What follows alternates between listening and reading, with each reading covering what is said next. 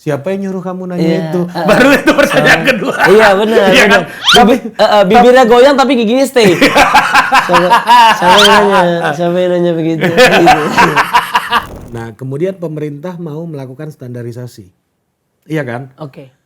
Menurut gua sebagai orang yang punya kacamata sosiologi, punya perspektif sosiologi, ini bisa jadi ini bukan kebijakan yang tepat. Yang sering salah itu adalah kita bertanya itu dibilang bodoh. Ya. Padahal, lu tahu nggak? Ilmu pengetahuan itu lahirnya dari apa? Semua keluarga memiliki cara yang sama untuk bahagia. Cuma mereka memiliki caranya masing-masing untuk mengalami kehancuran.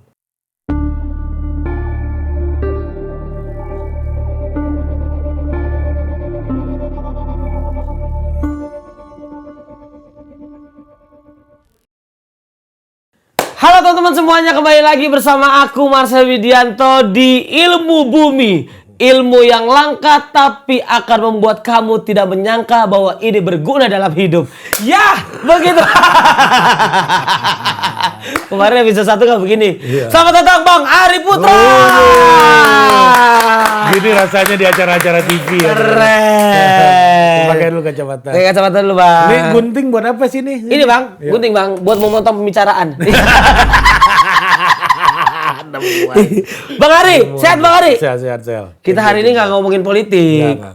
Aku cuman pengen ngomongin hal-hal yang memang di luar dari seorang Ari Putra. Yang memang orang tahu kan politik. Ya. Sebelum kita masuk ke pertanyaan yang sangat-sangat ditulis, saya pengen tahu, kamu capek nggak sih di politik? Capek. Hal yang udah jadi rutinitas pasti capek kan. Dan juga pasti hal yang monoton yang udah jadi skema dalam hidup gitu ya. Itu bukan lagi, pertanyaannya bukan lagi capek atau enggak gitu. Tapi pertanyaannya lu mau tumbuh atau enggak? Karena tumbuh itu kan enggak menyenangkan. Iya. Kita hasilnya menyenangkan. Marcel yang dulu di Priuk yang tidur dekat standar Supra gitu kan. Itu kan Marcel yang bertumbuh. Betul. Dan di masa itu kan nggak menyenangkan, Sel. Betul. Ya kan lama-lama tumbuh. Ya kan nggak menyenangkan tapi hasilnya yang lu nikmati kan gitu. Ya kan hasilnya dinikmati tapi bertumbuhnya itu nggak menyenangkan. Nggak ada orang yang senang ke gym kok. Iya. Nggak ada orang yang senang jogging kok. Tapi ketika mereka menikmati badannya sehat, badannya yang ideal, enak dilihat, hasilnya yang mereka nikmati. Untuk bertumbuhnya itu pasti kita merasakan capek, merasakan sakit. Pertanyaannya sebenarnya ya bukan capek atau enggak, karena capek udah pasti capek. Udah pasti capek. Pertanyaannya sebenarnya lu udah bertumbuh sejauh apa dan mau sejauh apa lagi lu mau bertumbuh? Itu dia. Pater. Sebelum bertumbuh sejauh apa? Dari pertumbuhan yang sudah kamu jalankan, banyak pasti pengorbanan yang kamu lakuin ya. Ya, ini pertanyaan lu udah kayak talk show, Iya. TV yang sedih gitu. Betul. Ya. Awalnya gitu Aku dulu miskin. Biar rating naik. Biasanya kayak nangis. Ya. Berarti kan banyak pengorbanan sampai akhirnya abang bertumbuh. Ya. Nah, Bang Ari Putra sebelum menjadi seperti sekarang, apa sih Bang kalau boleh tahu? Kamu apa yang kamu lakukan? Ya apa ya? Ya sama seperti orang lainnya lah membangun karir ya. Dan apa namanya? Dan di jalan kayak begini kan sebenarnya membangun karir itu sesuatu yang gini. Kalau kita itu aparat negara itu yang paling ekstrim contohnya ya. Aparat negara itu kan membangun karir, jenjang karirnya jelas. Iya. Habis dari camat, Iya. habis itu jadi dari lurah jadi camat, Sampai akhirnya sekda. jadi sekda gitu kan ada etape-etapenya jelas. Iya. Nah terkadang di pekerjaan kayak gue sekarang itu etapenya kita yang ciptain sendiri. Betul. Ini misalnya ya kalau gue setiap tahun itu ya punya hitungan kayak begini. Terutama sejak di Total Politik gitu. Tahun ini gue udah kenal berapa elit yang strategis sih gitu. Iya. Jadi iya. ya kan tahun ini Iya. gue punya target misalnya punya berapa misalnya gini, sesuatu yang di gue jalanin di Total Politik misalnya gini. Tahun ini pejabat paling tinggi yang gue kenal apa ya jabatannya? Siapa ya gitu? Iya, siapa ya? Iya. Ya, yang dia tahu gua tahu dia gitu. Patwalnya berapa gitu? Iya. Nah, kalau sekarang bukan patwal lagi, Cel. Lebih ke? Pas pampres. Ya. tapi tapi Udah gak patwal lagi. iya. Iya kan? Iya. Tapi kalau boleh tahu background abang kuliah ya berarti ya? Iya pasti. S1 aja. S1. Baru S1. S1. Tapi gua dulu itu ya gua S1 Jurusan apa, Bang? Sosiologi. Sosiologi. Oke. Kemarin kan saya di episode 1 saya membahas ilmu bumi. Iya, ilmu. Iya, sekarang saya akan bahas sosiologi. Sosiologi. Siapa yang belajar tentang ini, Bang? Bukannya tradisi lisan yang pertama dulu, yang kemarin. Tradisi lisan. Iya, Tapi awalnya iya benar, tradisi lisan. Ilmu bumi mah nama acaranya ya. Nama acaranya. Namanya orang kosong, Bang. Tapi saya udah tahu sekarang IP financing saya udah tahu. Oh, IP financing. Paten. Siapa Sosiologi. penemunya IP financing siapa? Penemunya Iya, yang pertama kali mengawali itu siapa namanya? Deus Decker. Bos apa sih? David Bowie. David Bowie. Gua aja nonton Iya, konten David lu. Bowie. Penyanyi luar negeri. Penyanyi, ya. Sosiologi. Sebenarnya sosiologi itu apa sih, Bang? Dan jauh kan dari sosiologi ke politik. Nggak jauh sih sebenarnya, masih satu rumpun karena FISIP UI kan. Tapi pada praktek politik, karena gini, kalau kita kuliah di FISIP UI, di sosiologi, antropologi, kriminologi, ilmu politik, itu kan ilmu-ilmu yang mengajarkan kita untuk cara berpikir, Sel. Cara berpikir sosiologi, cara berpikir antropologi agak beda dengan ilmu kedokteran misalnya. Oke. Kedokteran kan ilmu yang mengantarkan lu ke profesi. Lu jadi dokter gitu misalnya. Atau ilmu yang kayak psikologi misalnya ada psikolog klinik, psikolog klinis, psikolog anak, psikolog organisasi, olahraga dan lain-lain. Jadi ada basis profesinya. Nah kebetulan ilmu yang gua jalani itu ilmu yang basis profesinya nggak ada. Tidak ada. Nggak ada. Jadi orang bisa dikatakan sosiolog tuh nggak tahu ngambil mata kuliah, ngambil sekolah apa dulu atau ngambil pelatihan apa kan nggak ada. Tapi setelah lulus kerjaannya? Nah ini sosiologi itu jadi dulu waktu gua kuliah itu dikenal ada salah satu pakar sosiologi namanya Michael Burawoy. Michael Burawoy. Catat Michael Burawoy. Bentar, Bang. Enggak ada saya jatuh, Bang. Ya. Buat apa juga penggaris. Lah ini biar garis hidup saya lurus, Bang. Catat. Michael Bobby. Michael Burawoy. Oh, Michael Burawoy. Michael Burawoy. Burawoy. Ya, Burawoy. Dia seorang sosiolog. Nah, dia itu membagi ada 3 jenis sosiolog gitu. Ada 3, Bang. Ya, karena sosiolog itu kan bukan ilmu yang lo dapat dengan basis sertifikasi profesi gitu. Oke. Nah, yang pertama dia menyebutnya sebagai academic sociologist. Akademik sosiologi. Ya, sosiolog akademis. Sosiolog akademis ini kerjanya apa di kampus yang meneliti tentang melakukan penelitian sosiologi untuk jurnal, untuk kebutuhan-kebutuhan akademik, pendidikan gitu misalnya. Dosen gitu tuh. Oke. Itu academic sociologist. Akademik sosiologi. Iya kan? Nah, yang kedua itu ada istilahnya itu dia menyebutnya dengan sebutan professional sociologist. Profesional. Professional sociologist itu adalah orang-orang yang punya cara berpikir sosiologi, ya, punya ilmu sosiologi dan metode penelitian sosiologi, kemudian mereka bekerja untuk membantu sebuah lembaga atau membantu sebuah organisasi. Oke, LBH. Bisa jadi di LBH kalau LBH butuh sosiolog gitu misalnya untuk melakukan pemetaan masyarakat gitu misalnya, dia akan jadi profesional sosiologis. Banyak teman-teman gue itu kerja di misalnya market research. Kayak Nielsen, iya. kayak lembaga rating Iya, gitu kan iya, misalnya. iya. Nah itu ada sosiolog-sosiolognya. yang mereka bekerja untuk memetakan segmen masyarakat bawah A, B, C, D, E gitu-gitu. Itu kan kategori sosiologi itu. Iya, A itu penghasilan berapa? Istilah kita tuh sosial status SSE, status sosial ekonomi. Berarti elektabilitas masuk juga tuh. Ya kan kalau ngitung kan maksudnya dari beberapa survei orang sosiologi juga. Ya bisa jadi. Bisa jadi ada bisa gitu. jadi. Bisa jadi dia bekerja di situ. Karena metode penelitian sosiologinya itu bisa digunakan untuk membantu kepentingan dari organisasi, lembaga atau perusahaan. Oke. Nah, jadi itu tuh jenis kedua, professional sociologist. Yang ketiga. Yang ketiga itu public sociologist. Oh, saya kira Pak Ganjar. Public ya, public Sociologist ya. Public sociologist itu adalah orang-orang yang menggunakan ilmu sosiologinya, ya kan, untuk memberikan perspektif kepada masyarakat. Oke. Ya, jadi misalnya ya. Sebelum kesana Bang, perspektif maksudnya apa tuh Bang? Perspektif Sudut pandang. cara pandang Oh, sosiologi. cara pandang, oke. Karena balik lagi ke awal bahwa sosiologi itu bukan ilmu profesi, tapi dia ilmu yang memberikan kita cara pandang. Cara pandang. Cara pandang, apa cara pandang sosiologi? Sosius misalnya.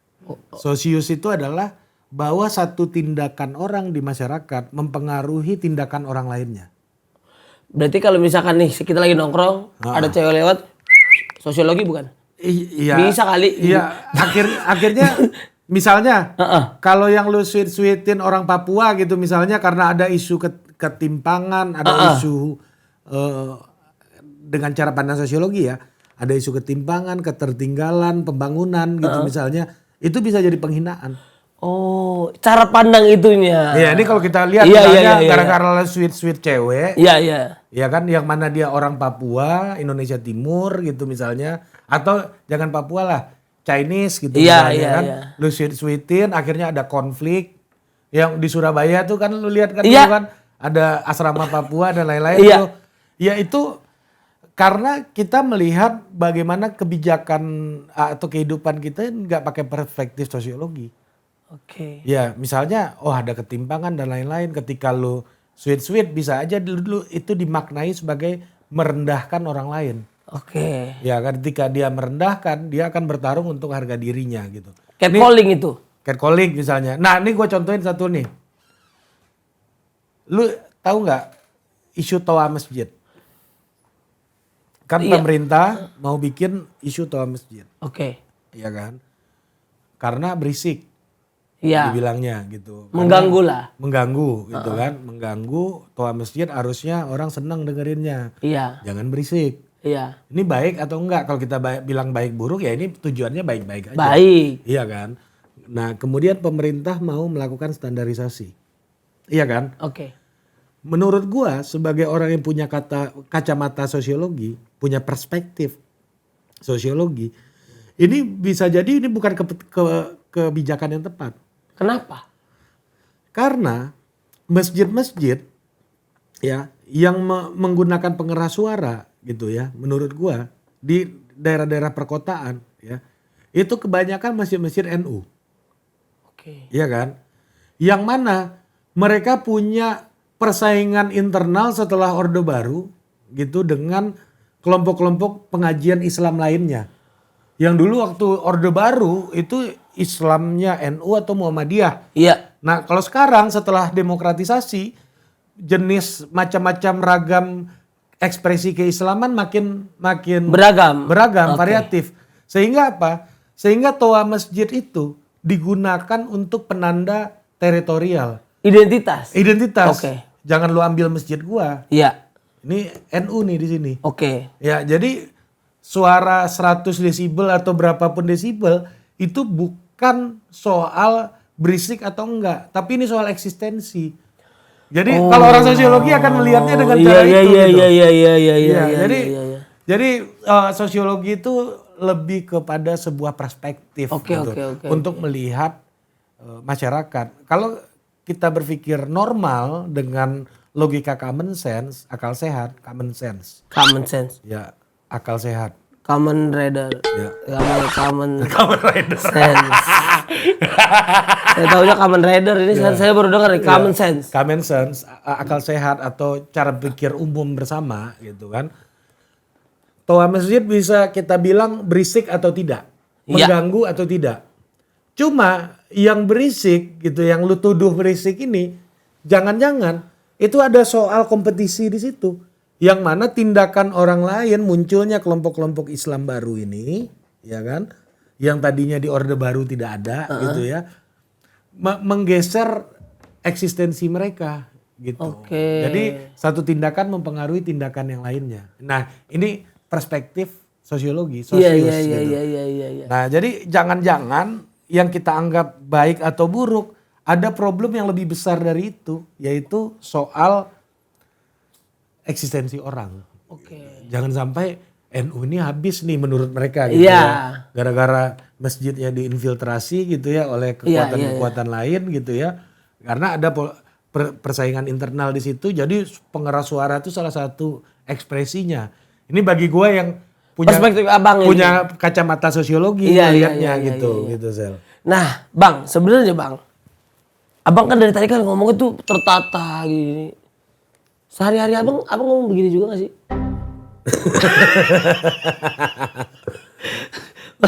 Maksudnya kalau saya kan memang sampai minum kan, berarti kan udah maksudnya dengan omongan yang tertata semuanya gitu.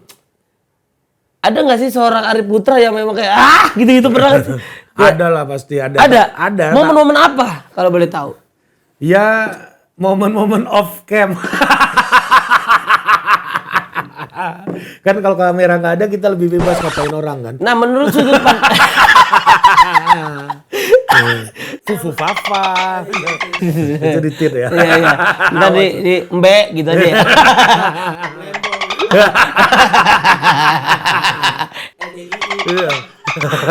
tapi gini soal gue itu basicnya itu gini, gue lahir dan besar tidak menggunakan bahasa Indonesia. Pakai bahasa Minang. Oke. Jadi gue besar dan belajar bergaul di awal masa kehidupan gue sampai umur 17 tahun ya. 5 menit aja enggak gue pakai bahasa Indonesia dalam sehari. Oh. Bahkan dulu waktu kita di sekolah di SMA itu sama guru pakai bahasa Minang ngomongnya. Minang sing mana yang suang. Itu bahasa Thailand. Minang. Kapun kan.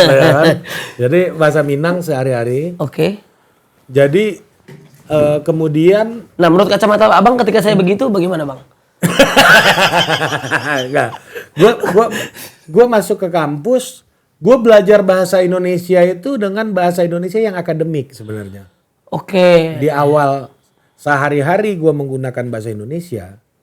Itu di dalam tradisi yang akademik. KBBI banget lah gitu ya? Iya baku lah. Oke. Gitu. Nah ketika gue ngomong sama orang, struktur berpikir gue udah sangat terbentuk oleh cara berbahasa dalam bahasa akademik. Oke. Dulu kayak gitu tuh tradisinya. Jadi gue nggak kayak lu gitu ya, yang tumbuh dalam tradisi Priuk gitu ya, yang berbahasa Indonesianya. Mungkin lu disistematisasi kayak gua agak sulit. Sulit. Iya, karena lu belajar bahasa Indonesianya nggak kayak gua. Betul. Ya. Abang juga akan sulit mendirikan saya. Betul. Bisa begini gak bang? Coba dah, orang sosiologi bisa begini gak? Bisa dong. Enggak beda, ini ngomongnya beda. Nah, bisa. Tapi yang saya bikin penasaran bang, abang kalau ngomong sama istri sama anak gitu, ada nggak sih kayak konstruktif struktur berpikir kita tuh harus beruntungnya istri gue sosiologi juga sama sangkatan. Berarti ketika IPK-nya lebih tinggi daripada gue. Iya. Berarti kalau misalkan istri abang marah sama abang gitu, kamu harus punya common sense dong, akal sehat. Nah ini fakta soal bini gue nih. Iya. Bini gue sosiologi. Bagaimana? Bini gue itu lebih lancar marah pakai bahasa Inggris. Hah? Karena dia berpikirnya pakai bahasa Inggris. Jadi dia dari kelas 2 SD sampai kelas 1 SMA itu di Amerika. Nah, jadi Makan roti? ya makan roti sama Harganya berapa? keju. Oh, keju. Iya, sama. Jadi dia besar di Amerika. Naik pesawat? Naik skateboard. Oh, skateboard. Nebeng? Nah, jangan lu mancing-mancing lagi dong. Ya. Tapi dia orang yang sama kayak gua sebenarnya cara berpikirnya gitu. Begitu ya? Ya, dan sampai hari ini apalagi dia sekarang kerja di NGO internasional kan. NGO apa bang? Non-government organization. LSM. Oh LSM aja ngomong kali. NGO. Kan internasional. Oh iya, ini NGO mah enggak ngomong gitu. Apa? LSM, udah LSM aja. Iya bang. Jadi kemarin tuh bini gua jadi pembicara bareng Matt Damon di New York. Jadi pendiri LSM dia itu Matt Damon, bintang film Hollywood ya. Nah, gua balas karena bini gua sama Matt Damon, gua memoderatori Matt Ali. Keren. Matt Damon, Matt Ali. Saya Matt Dog. Temen saya sama Matt Dog mah. Ya. Tapi memang keluarga istri gua lebih sistematik lagi berpikirnya. Lebih sih sebentar lagi. Lebih. Karena ibunya dosen, bapaknya dosen juga. Orang pintar semua. Pinter relatif lah ya, tapi orang sekolah lah, educated. Iya berarti kalau beli sayur gitu saya pengen beli kangkung dong akar 4 gitu kali ya. Oh 2 maksudnya gitu. Akar 9, 3. Gitu. Jadi dia punya tradisi itu sebenarnya sama bapak mertua. Dan itu kebawa gua ngomong sama anak gua. Gua sama anak gua itu, gua membiasakan untuk berbicara dengan bahasa Indonesia yang EYD. Ejaan yang disebut. EYD. KBBI ya? Iya KBBI, sesuai dengan KBBI. Walaupun pasti ada meleset-melesetnya gitu, tapi tradisi itu gua coba bangun gitu. Misalnya, anak gua jatuh gitu. Namanya Vian kan. Vian, kamu tidak apa-apa jatuh. Tidak apa-apa. Iya. Tidak apa-apa jatuh. Setelah kamu jatuh, kamu berdiri lagi. Bukan bangkit lagi. Ya, boleh bangkit Bisa lagi. bangkit berdiri lagi. Itu yang jauh lebih penting. Kamu berdiri lagi setelah jatuh. Dan saya pas waktu anak abang jatuh kayak, kenapa kamu tersungkur gitu. Iya bisa. Iya, kenapa kamu jatuh gitu. Ya, gue biasakan untuk berbicara sesuai dengan standar EYD sama anak gue. Karena apa?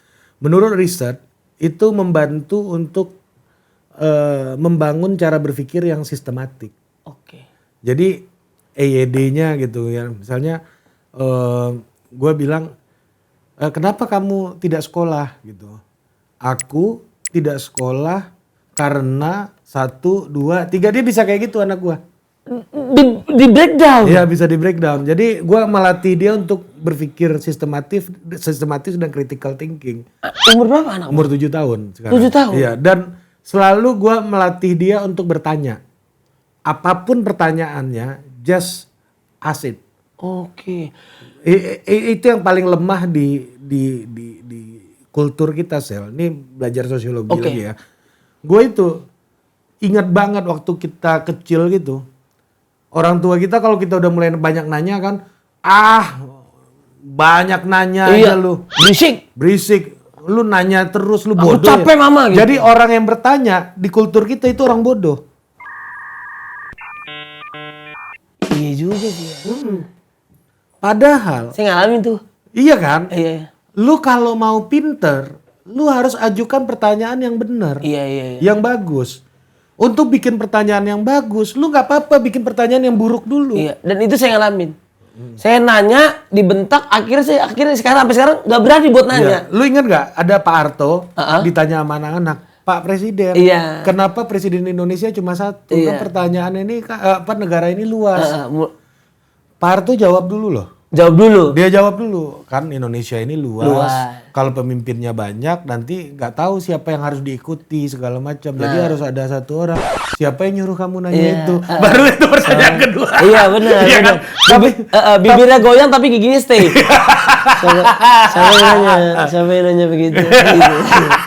Kamu siapa yang nanya? Gitu. Tapi tanya Sel. Respect Pak. Tapi maksud gua dia jawab. Iya. Dia jawab dulu. Baru Baru dia tanya setelah kepentingannya. itu. Iya. Iya. Ya kan buat ya jangan-jangan ada pesanan gitu misalnya Iya, kan. iya, Kan iya. gitu maksudnya Iya, kita iya. tahu gitu. Tapi yang sering salah itu adalah kita bertanya itu dibilang bodoh. Iya. Padahal lu tahu nggak? Ilmu pengetahuan itu lahirnya dari apa? Dari apa Bang? Dari pertanyaan. Misal, ada orang Inggris lagi duduk, terus tiba-tiba ada apel jatuh dari pohonnya, Oh iya. kena hidungnya. Tak. Aduh, ini kenapa jatuhnya dari atas ke bawah ya? This is good question. Iya. Nah, disitulah Newton akhirnya menemukan teori gravitasi. Gravitasi. Ya, karena sebuah pertanyaan. Iya betul. Nah dulu, gue itu nulis skripsi soal Buya Syafi'i Ma'arif, almarhum. Itu pemikir Islam kebangsaan lu, Oh iya. Buya Syafi'i Ma'arif. Syafi'i Ma'arif. Ma'arif. Ya, lu tahu nggak itu Buya Syafi'i Ma'arif? Sebenarnya Buya Hamka. Penerusnya. Penerusnya, Iya, Buya. benar. Kita anggap benar aja dulu. Dan tapi benar nggak?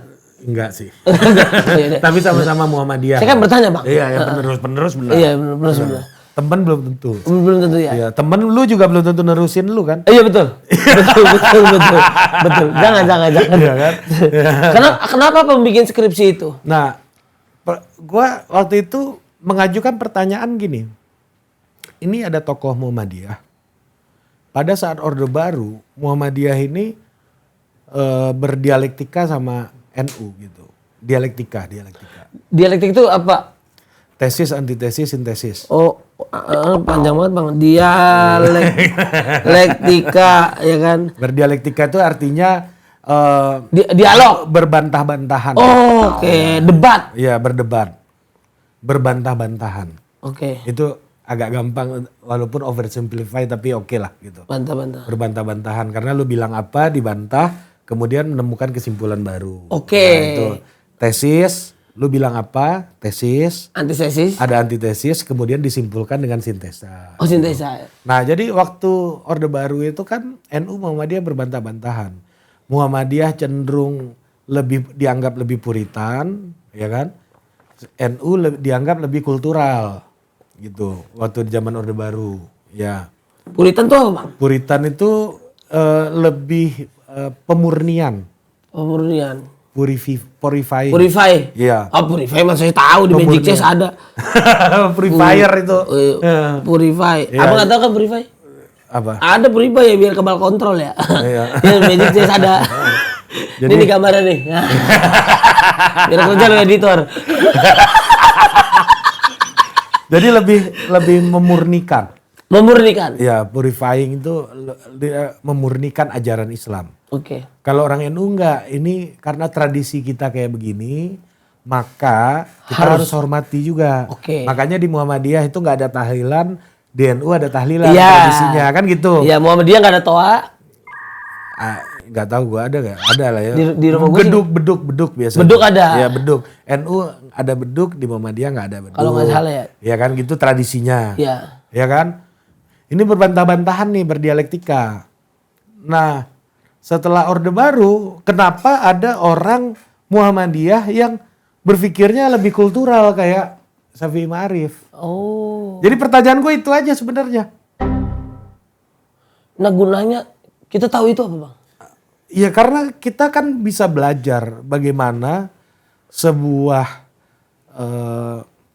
apa yang mempengaruhi orang untuk melahirkan pikiran. Sebenarnya itu studi gua. Waktu abang ngobrol nih sama dosen pembimbing ya, gua kan saya nggak kuliah ya, Iya. skripsi terus kan Iya. ngobrol tuh. Berarti abang berdialektika dengan para Iya, dosen itu. betul. Berbantah-bantah. Berbantah-bantahan. Ada pertanyaan gitu nggak? Ini gunanya buat hidup kita apa? Ada nggak pertanyaan? Pasti nggak semua. Jadi gini, nggak semua hal itu langsung memiliki dampak terhadap hidup lo. Keren. Ya, bisa jadi orang yang melanjutkan itu nanti yang akan memberikan dampak. Misal gua contoh, gravitasi itu untuk apa dampaknya untuk hidup lo? Iya. Ada nggak dampaknya? Secara langsung teorinya Newton. Nggak ada. Tapi ketika orang mau mengembangkan mesin untuk ngebor minyak gitu misalnya, mereka pakai teori Newton untuk gravitasi. Ketika gue masukin besi ini, karena gravitasinya 0,9 sekian, maka ini akan mempercepat minyak ini untuk naik. Itu ilmu dasar namanya. Jadi memang studi gue waktu itu pure lebih berat ke academic interestnya ketimbang practical interestnya memang. Academic interest. Iya, apa istilahnya? Interest penghasilan ya? Interest itu bunga. Bunga ya, ada. Bukan lebih berat kepentingan akademiknya ketimbang kepentingan praktisnya. Ya, jadi waktu itu kalau lu tanya ke gua kayak tadi, apa gunanya langsung? Nggak ada. Cuma ini bisa jadi bahan orang di dalam pengembangan sosiologi gitu ya, untuk melakukan profiling. Mappingnya. Mapping profiling orang, ya kan? Untuk profiling orang, ketika kita lihat karakteristik intelektual dan cendekiawan Indonesia, ya, gimana dia berelasi dengan lingkungannya yang kemudian membentuk pemikirannya. Misalnya kalau dilanjutin, misalnya dari studi gua itu, kita mau deh bikin sekolah yang bisa ngelahirin orang kayak Syafi'i Ma'arif gitu misalnya. Nah, yang dibutuhkan apa aja? 1, 2, 3, 4. Ini menurut studinya Ari salah satunya ini yang paling penting untuk diperhatikan. Kita butuh ini. Gitu misalnya kayak gitu. Butuh gagasan soal pluralisme soalnya misalnya gitu. Kita butuh membuat sekolah yang lebih terbuka gitu misalnya. Karena studinya menyimpulkan kayak begini gitu misalnya. Nah, itu bisa dikembangkan karena di dunia akademik itu kan yang paling penting adalah bagaimana ilmu itu berkembang. Belum tentu bisa jawab kebutuhan lu hari ini. Misalnya, contohnya, dulu itu nggak ada yang ngebayangin apa gunanya akar 9 tuh untuk apa, misalnya. Iya, bener. Archimedes gitu. Kan kita nggak tahu gunanya. Iya, sin kostan. Iya, cuma ketika ilmu itu digunakan untuk membantu kita dalam menemukan kesimpulannya. Ini sama kayak pertanyaannya gini. Ketika ahli bom atom merumuskan rumus bom atom dan bom itu dengan daya ledak tinggi. Pertanyaan gua, apakah si ahli ini udah ngeledakin bom atau belum menurut lo? Itu yang saya tanya juga, Bang. Orang bakal bikin bom nih. Itu bom beneran meledak apa kagak gitu kan? Iya kan? Iya kan? Itu saya tanya, Bang. Ya, apakah dia meledak di atas kertas? Atau pernah diuji? Kalau pernah diuji berarti dunia bisa hancur dong. Betul. Nuklir pun begitu. Iya kan? Bener kan? Iya, saya pernah rasain cuma bakso atom saya tahu. Enak baksonya. Dalamnya ada bakso lagi. Iya benar juga ya. Iya kan? Nah, artinya ilmu-ilmu dasar tadi tidak semua berdampak dalam hidup secara langsung. Secara langsung enggak. Cuma dia di atas kertas itu bisa untuk membantu kita, menggayat kita dalam mengembangkan ilmu ini, mengembangkan pengetahuan untuk kehidupan yang lebih baik gitu. Misalnya kan kamera ini kan semuanya kan baru jadi kamera setelah puluhan tahun bahkan ratusan tahun rumus-rumus soal cahaya dirumusin. Iya kan? Setelah jadi negara dulu baru kamera. Kamerun maksud saya. Jauh. Misalnya gini, kan ini lensa ya. Kan lu pernah belajar lensa nggak dulu waktu SD? Iya. Iya kan, bayangan terbalik segala macam. Itu buat apa lensa itu? Tapi ketika itu dikembangkan terus menerus dia jadi kamera. Ya gitu. Jadi tapi ilmu itu tadinya kita menghitung kemiringan cahaya segala macam. Itu kan ilmu yang ini kalau buat kerja buat apa ya ini ya? Ini buat jualan sayur buat apa nih? Tapi misalnya formula itu dikembangkan dalam riset mengenai teknologi, akhirnya dia jadi kamera. Betul. Gitu loh. Jadi nggak serta-merta langsung berpengaruh, tapi ilmu-ilmu yang dikembangkan di dunia akademik itu bisa dikembangkan untuk menjadi guidelines atau membentuk teknologi-teknologi baru. Kayak internet kan juga persamaan-persamaan tadinya. Dulu Mozilla ya. Itu kan ininya, aplikasinya. Aplikasinya. Nah, maksud gua internetnya. Internetnya. Internetnya kan tadinya rumus-rumus itu. Awalnya Rumus-rumus kemudian dikembangkan oleh perusahaan teknologi, rumus-rumus tersebut maka jadilah internet. Oh. Iya, jadi semua yang kita nikmati hari ini teknologi-teknologi itu awalnya rumus-rumus. Misalnya rumus-rumus, udah ketemu rumus-rumusnya, oh dengan rumus ini ya kan kita bisa mengembangkan sebuah permodelan matematik lain-lain dipakai oleh militer. Untuk kepentingan militer, akhirnya jadi internet untuk kepentingan militer. Kemudian dari internet kepentingan militer dipakai oleh industri pertambangan gitu misalnya. Jadilah untuk pengeboran minyak. Iya. Dari rumus tadi nih dikembangin lagi, jadilah teknologi yang kita pakai sekarang. Jadi teknologi yang kita pakai sekarang itu puluhan tahun atau ratusan tahun yang lalu udah dipakai sama militer sama perusahaan tambang duluan. Awalnya rumus-rumus profesor matematika di MIT, fisika di MIT. Dasarnya itu gitu. Iya, makanya bom atom itu ya gunanya cuma buat di Papua berarti ya. Kenapa? Ya untuk ngambil emas-emas kita kan.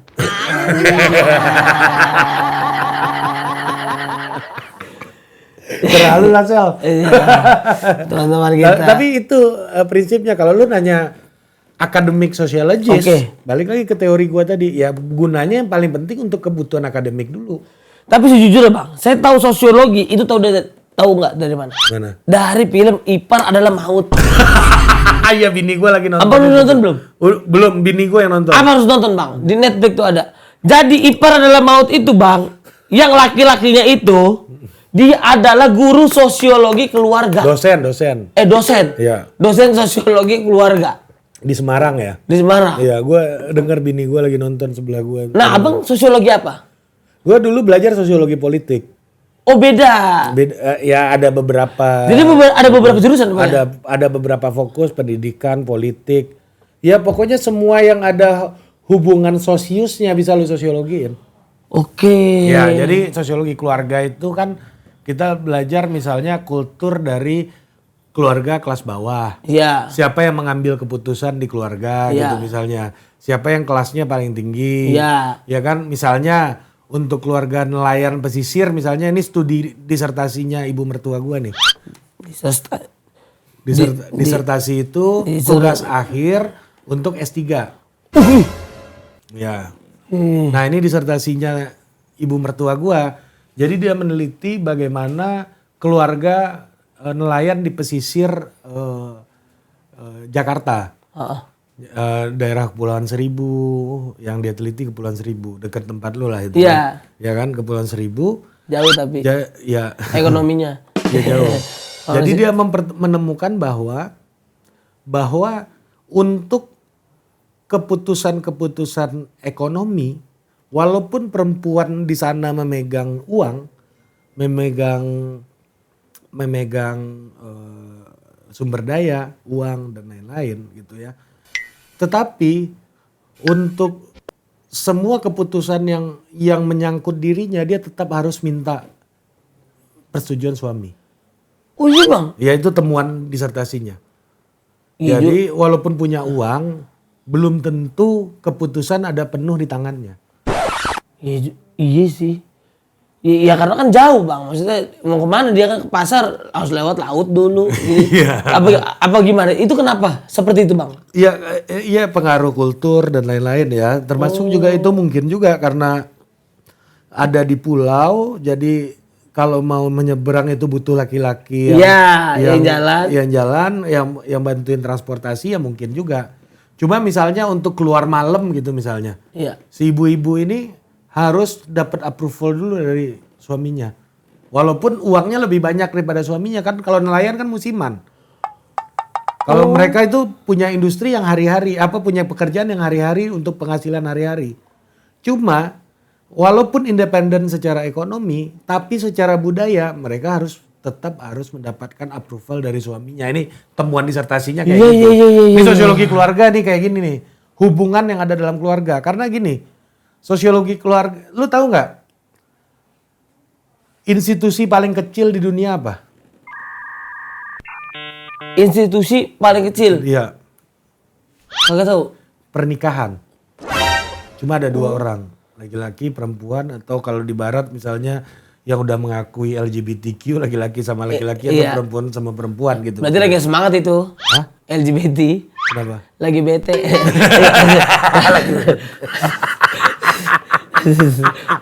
Ya, gitu misalnya. Institusi paling kecil tuh keluarga. Pernikahan. Pernikahan. Punya anak 1, dia jadi keluarga. Oke. Iya kan? Bedanya institusi pernikahan sama keluarga kan cuma itu. Ketika tambah 1 member di luar pernikahan, di luar hubungan pernikahan ada member yang baru, baik itu anak kandung atau anak angkat, Iya. dia jadi satu keluarga gitu. Nah, melihat relasi dan hubungan di dalam keluarga ini, ya itu menjadi fokus dari sosiologi keluarga gitu. Jadi apakah tindakan yang satu mempengaruhi tindakan yang lain? Kembali ke teori awal tadi. Misalnya kalau kita punya cara pandang sosiologi, ketika perempuan di sebuah keluarga istri itu punya uang banyak, common sense yang mengatakan bahwa istri yang berkuasa, kan gitu. Iya. Iya kan, common sense kan gitu. Iya, iya. Ternyata ketika kita lihat sosiologi gitu ya, di masyarakat tertentu, untuk keputusan-keputusan tertentu dia harus minta approval sama suaminya walaupun itu uang dia. Secara common sense tidak seperti itu. Secara common sense enggak. Nah makanya sosiologi. sehat. Ya, Sombong sehat, amat. mantap kan. Common sense-nya enggak gitu. Betul sekali. Harusnya gitu. Jadi, Ini akan diprotes dengan seluruh NGO yang ada. kenapa? LSM tidak, pasti kan ada yang nggak setuju juga kan Tentang common sense yang tadi. iya pasti. Iya kan? Feminis enggak setuju. Feminis, iya kan? Dan Bro, belajar iya. bro. Sombong amat. Belajar bro. Iya. Gue lagi disertasi nih. Iya. Bang, tapi ini pertanyaan paling berat menurut saya. Abang sosiologi. Istri abang pun sosiologi. Ibu mertua gue sudah. Ibu mertuamu sosiologi S3 lagi. Iya. Anakmu nonton Cocomelon nggak? Nonton bos. Nonton. Enggak, karena gini ya. Dari Sel. umur berapa? Dari kecil lah pasti nonton Baby Shark segala macam pasti nonton. Secara common sense. Iya, common sense ya begitulah. Secara sosiologi. Ya. Tapi gini, Sel, yang membedakan gini, lu nggak bisa bantah arus informasi yang datang ke dalam keluarga lu. Tidak bisa dibantah. Sulit men-screening setiap saat. Tapi diedukasi, Tapi lu bisa mengelola.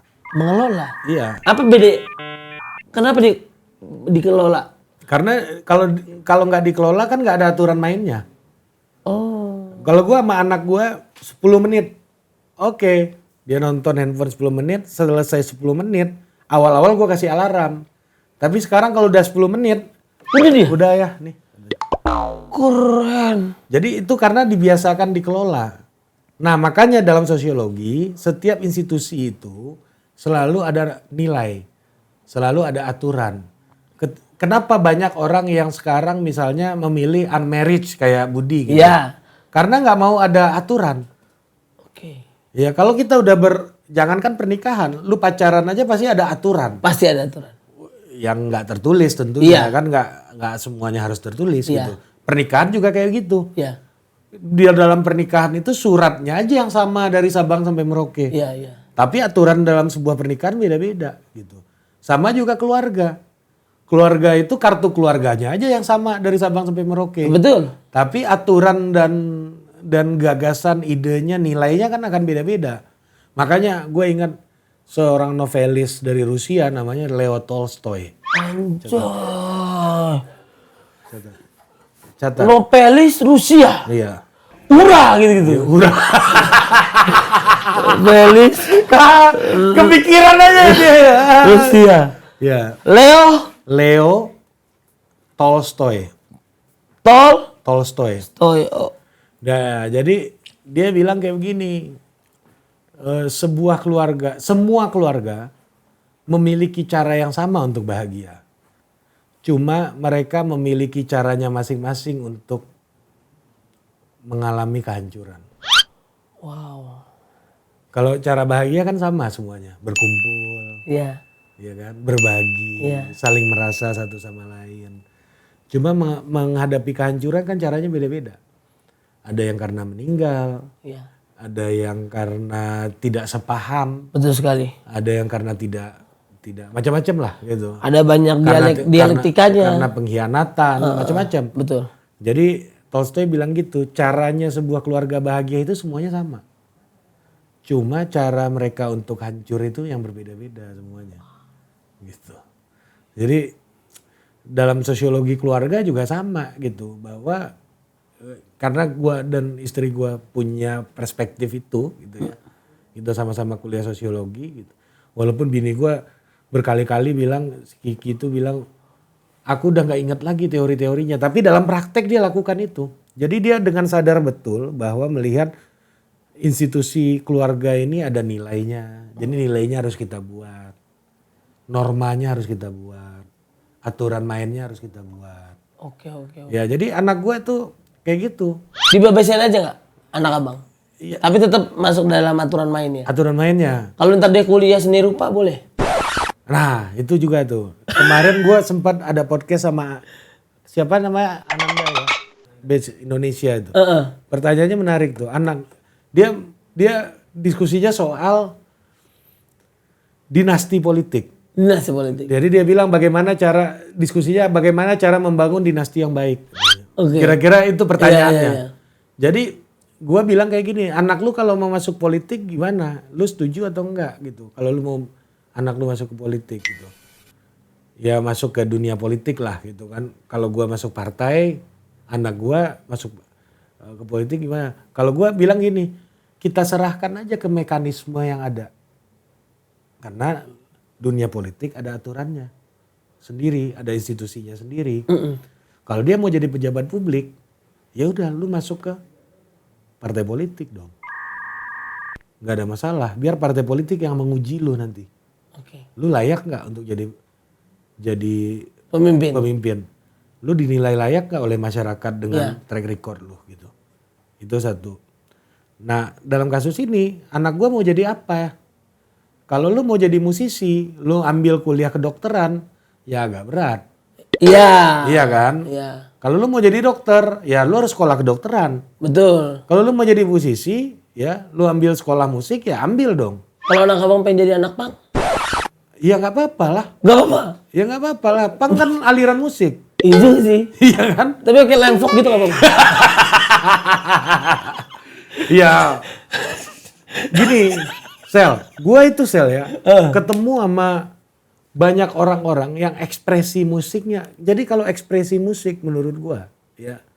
Ini dalam gue melihatnya ya, ekspresi musik itu kan cocok-cocokan. Iya. Iya kan? Ada orang yang relate sama Bernadia. budaya punk. Ada yang nama Bernadia.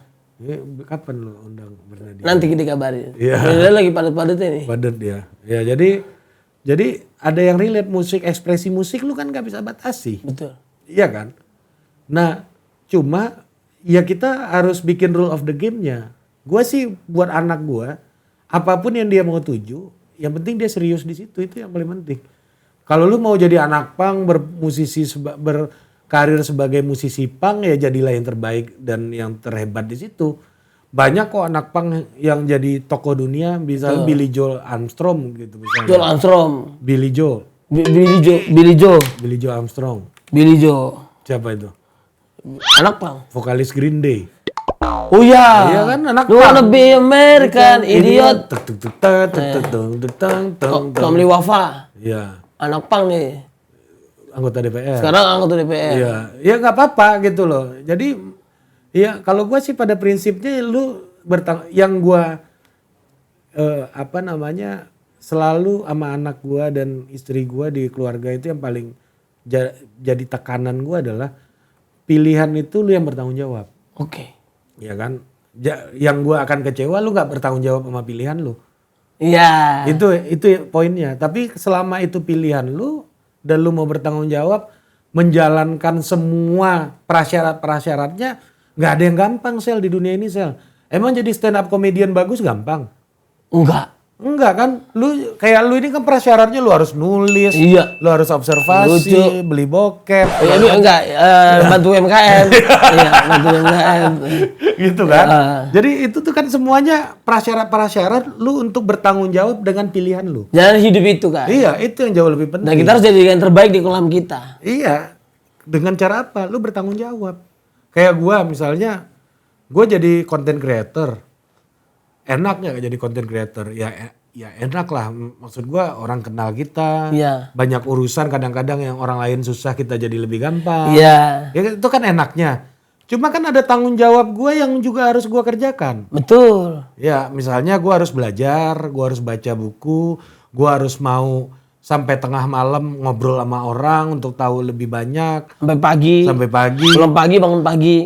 Iya kan? Dan banyak hal yang kadang-kadang kita nggak dibayar segala Iya. macam gitu kan. Nggak melulu tentang uang. Nggak melulu tentang uang gitu. Maksud gue itu bagian dari tanggung jawab. Betul. Nah, gue nggak tahu ya hari ini tuh orang mau hak tapi nggak mau ada tanggung jawab. Iya. Itu yang buat gue sih kadang-kadang agak miris gitu. Iya. Misalnya gini deh. Gue kan suka wawancara pegawai-pegawai baru kalau masuk di Total Politik gitu. Keren. Ya kan? Kan di wawancara akhir kan pasti Iya. ada gua gitu. Iya. Ya kan? Kebanyakan orang-orang yang ngelamar gitu pasti insistnya di gajinya berapa? Iya kan? Haknya. Oke, gua setuju lu punya hak di situ gitu. Iya. Cuma lu bisa menjalankan tanggung jawab apa itu yang jauh lebih penting buat gua gitu. Dan pembuktiannya dulu gitu. Iya kan, pembuktiannya apa? Lah dari 10 yang lu sebutkan tanggung jawab yang bisa lu lakukan. Kalau 10-10-nya lu comply, ya kan? Dan gua emang butuh ya nggak masalah berapapun lu minta gua bayar. Iya. Cuma kalau dari 10 tanggung jawab yang lu sebutkan, lu baru bisa membuktikan 4 atau baru bisa membuktikan 3, ya lu ngukur juga dong. Iya. Gitu kan? Kadang-kadang itu yang sering terjadi gitu. Betul. Nah, kadang-kadang ya, Sel, kita harus lihat bukan apa yang dicapai oleh orang, tapi tanggung jawab apa yang dia sedang jalankan. Mantap. Itu yang kita seringkali nggak lihat gitu. Misalnya, gue contohin ya, lu kalau kita lihat orang, gue contohin ini sering gue omongin. Orang namanya Sigit Purnomo Said. Pak Sigit. Lu tahu gak siapa itu? Belum tahu. Pasha Ungu. Oke. Itu nama aslinya. Nanti Sigit Purnomo Sari. Lu nanti kalau ketemu Pasha lu bilang, Mas Pur. Mas Pur. Mas Pur. Iya. Sigit Purnomo Sari. Iya, dia kan jadi rockstar. Waktu gua SMA, waktu gua masih ngeband, Sel. Gua pengen banget jadi kayak dia. Celananya sampai setengah pantat ya? Iya, mantap. Iya. Bawahan. Nyanyi gitu kan. Iya, gue pengen banget jadi kayak, ya maksud gue nggak jadi kayak Pasha, tapi anak band kayak dia. Iya kan? Wah seneng nih kerjaannya, apa namanya, manggung dari Nyanyi panggung, gitu-gitu. nyanyi gitu ya.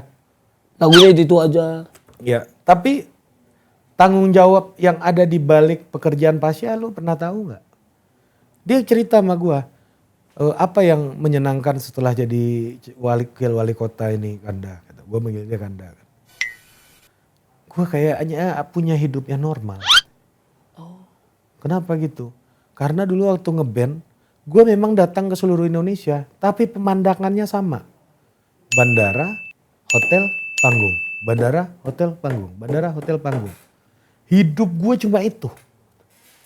Kalau sekarang gue ngerasain pulang kantor, nyampe rumah, main sama anak, ngelihat warga yang gue lihat depan rumah, ada nggak yang masih belum terbantu. Gue ada kegiatan-kegiatan lain untuk ngelihat dunia menjadi lebih utuh gitu. Oh. Jadi kita tuh terlalu silau dengan cahayanya, tanpa kita tahu bahwa energi listrik itu dibuat di sebuah PLTU yang banyak batu bara yang berwarna hitam, ya kan, dengan keringat, Betul. Dengan tongkang. dan tongkang panasnya di tempat kerja orang-orang itu. Iya. Yang kita nikmati kan AC sama lampu kayak sekarang. Iya, enak. Di balik lampu ini kan, di balik AC ini ada kerja keras orang-orang yang dalam pertambangan, dalam macam-macam gitu. Betul. Yang kita Nggak ya, tahu itu. nggak tahu itu Iya, gitu. iya. Misalnya Pak Prabowo gitu misalnya. Kita lihat Pak Prabowo hari ini jadi presiden. Ya kan. Tapi di balik semua itu kita nggak tahu tuh berapa puluh orang yang dihidupi sama dia selama bertahun-tahun walaupun dia kalah. Ribuan orang yang dia kader setiap tahun walaupun dia nggak berkuasa. Iya. Kalau lu mengkader orang ketika lu berkuasa, wajar lu punya power, punya duit. Cuma ketika lu merelakan kalah 3 kali. Iya, 3 kali hat-trick. Kalah 3 kali tapi lu masih kader orang. Ini kan nggak mudah. Lu misalnya kalah misalnya lu gagal nih. Ada proyek gagal. Iya. Besoknya ke kantor lu pasti jangan-jangan ya, maksud gua lu ke kantor besok belum tentu lu masih passion dalam pekerjaan. Dan belum tentu masih semangat. Masih semangat. Iya. Nah ini kan beda gitu. Mentalitas itu. Mentalitas itu. Nah di sosiologi ya, balik lagi ke sosiologi, gua punya ketertarikan besar terhadap aktor. Kenapa nyambung dengan politik sebenarnya? Kenapa bang? Karena dalam sosiologi itu, dalam politik itu sosiologi sangat membantuku menjelaskan politik, ya. Melihat tindakan demi tindakan dari berbagai macam aktor. Oke. Ketika tindakan aktor ini begini, backgroundnya kayak begini, profilnya kayak begini, akan mempengaruhi aktor lain yang ada di sektor ini, di profilnya kayak begini gitu. Jadi politik itu adalah hasil dari konsensus dan konflik dari aktor-aktor politik sebenarnya. Konsensus apa bang? Kalau boleh tahu bang. Konsensus itu kesepakatan. Oh berarti sensus itu sepakat. Sensus itu beda lagi. Oh saya kira sensus itu adalah pendataan penduduk dengan total population, total sampling. Oke. Nah nih pelajaran sosiologi nih. Pertanyaan lu nih benar nih. Iya. Kalau konsensus itu kesepakatan. Iya kan. Kalau konflik itu pertikaian. Oke. Ya bantah-bantahan itu konflik, kompetisi itu konflik. Dialektika. Ya kan. Kalau survei itu sampling. Survei. Nah, coba catat survei. Sampling. Ya. Kalau sensus itu total sampling. Total sampling itu artinya apa? Kalau sampling apa? Sampling dari semua populasi, lu ambil sampel yang representatif. Oke, berapa persen? Ya, berapa persen dari semua populasi. Kayak misalnya, gua mau ngecek darah lu gulanya tinggi apa enggak. Kan enggak semua darah lu gua tes. Iya. Cuma 3 tetes aja kan. Bisa begini kita ntar. Iya kan? Ambil 3 tetes, cek samplingnya. Ya itulah 3 tetes, 4 tetes lah gitu kan.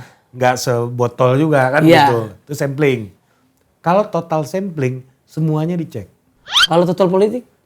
Total politik semuanya dicek. Semuanya dicek? Iya, tapi total sampling, ya populasi sensus itu total sampling. Oke. Berarti semua populasi dicek. Itu namanya sensus. Satu persatu semuanya? Iya, makanya sensus nasional itu kan semua orang dicek berapa pendapatannya, semua mata keluarga dicek berapa penghasilannya gitu. Aku malah penasaran bang, berarti ini terakhir bang, sosiologi dan juga aktor berarti ada kesamaan berarti? Apa? Sosiologi dengan aktor berarti ada kolerasinya gitu? Sosiologi itu, di dalam sosiologi kita menyebut individu itu aktor. Oke. Berarti abang kenapa aktor? Karena ada perannya. Iya. Ya kan, ada statusnya. Iya. Ya aktor kayak di drama-drama ya disebutnya aktor. Sosiologi main aktor juga berarti? Kita menyebutnya aktor. Oke. Aktor itu karena dia ada statusnya, ada perannya. Abang bermain peran juga berarti? Enggak, ini yang kita studi. Oh ini yang kita teliti, teliti. Oh, individu itu disebutnya aktor. Kalau warga itu adalah orang yang punya KTP, itu warga. Nah, kalau individu itu orang sendiri di dalam kelompok.